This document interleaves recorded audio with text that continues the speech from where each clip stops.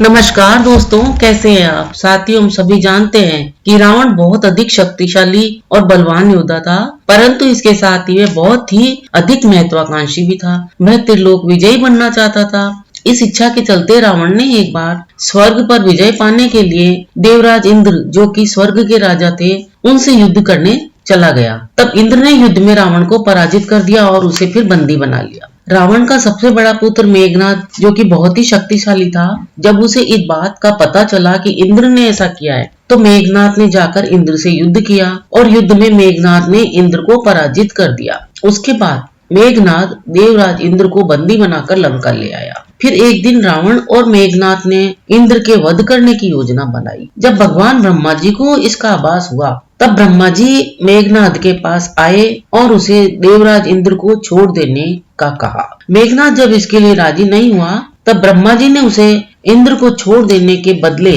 एक वरदान देने की बात कही और कहा कि यदि किसी भी युद्ध में जाने से पहले मेघनाद यानी कि वह अपने कुल देवी निकुंभला का यज्ञ कर लेगा, तो उसे उस युद्ध में कोई पराजित नहीं कर पाएगा। लेकिन इस वरदान के साथ ही ब्रह्मा जी ने एक बात यह भी कही कि कोई अगर उसका यह यज्ञ बीच में विफल कर देगा, तो उसी व्यक्ति के हाथों उसकी यानी कि मेघनाद की मृत्यु होगी। साथ ही मेघनाद की भक्ति से प्रसन्न होकर वह देवराज इंद्र के अहंकार को दूर करने के लिए भगवान ब्रह्मा जी ने फिर मेघनाद को इंद्रजीत की उपाधि दे दी, जिसका यह मतलब होता है कि जो स्वर्ग के राजा इंद्र को भी जीत सकता है, इतना शक्तिशाली है। मेघनाद ने अपने गुरु शुक्राचार्य जी की सहायता से अपने कुल देवी निकुंभला के समक्ष 7 यज्ञों का अनुष्ठान करके कई अस्त्र शस्त्र प्राप्त किए। इनमें से एक दिव्य रथ भी था, जो उसकी मन की गति के अनुसार यानी मेघनाद की मन की गति के अनुसार किसी भी दिशा में मुड़ सकता था।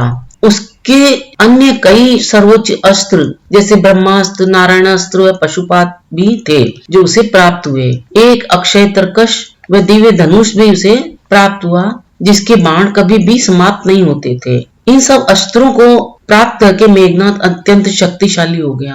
इन सब को पाकर मेघनाद में भी अपने पिता की तरह ही बहुत अधिक अहंकार आ गया। जबकि रावण और मेघनाद दोनों ही शक्तिशाली होने के साथ साथ बहुत बड़े ज्ञानी और भगवान के भक्त भी थे। साथियों, किसी भी व्यक्ति में अगर कोई विशेषता या गुण है और अगर वह उस गुण पर बहुत अधिक अभिमान करता है, तो यह हमेशा अनुचित ही प्रभाव डालता है, जैसे कि रावण और मेघनाद के साथ हुआ। दोस्तों, आपको ये जानकारी कैसी लगी, हमें कमेंट करके अवश्य बताएं। अगर आपको जानकारी अच्छी लगी हो तो आगे शेयर करें, वीडियो को सपोर्ट करें, साथ ही इस चैनल को सब्सक्राइब भी कर लें, ताकि अन्य नई नई जानकारियां आप तक अति शीघ्र पहुंच सके। अपना अमूल्य समय देकर वीडियो देखने के लिए आपको बहुत बहुत धन्यवाद।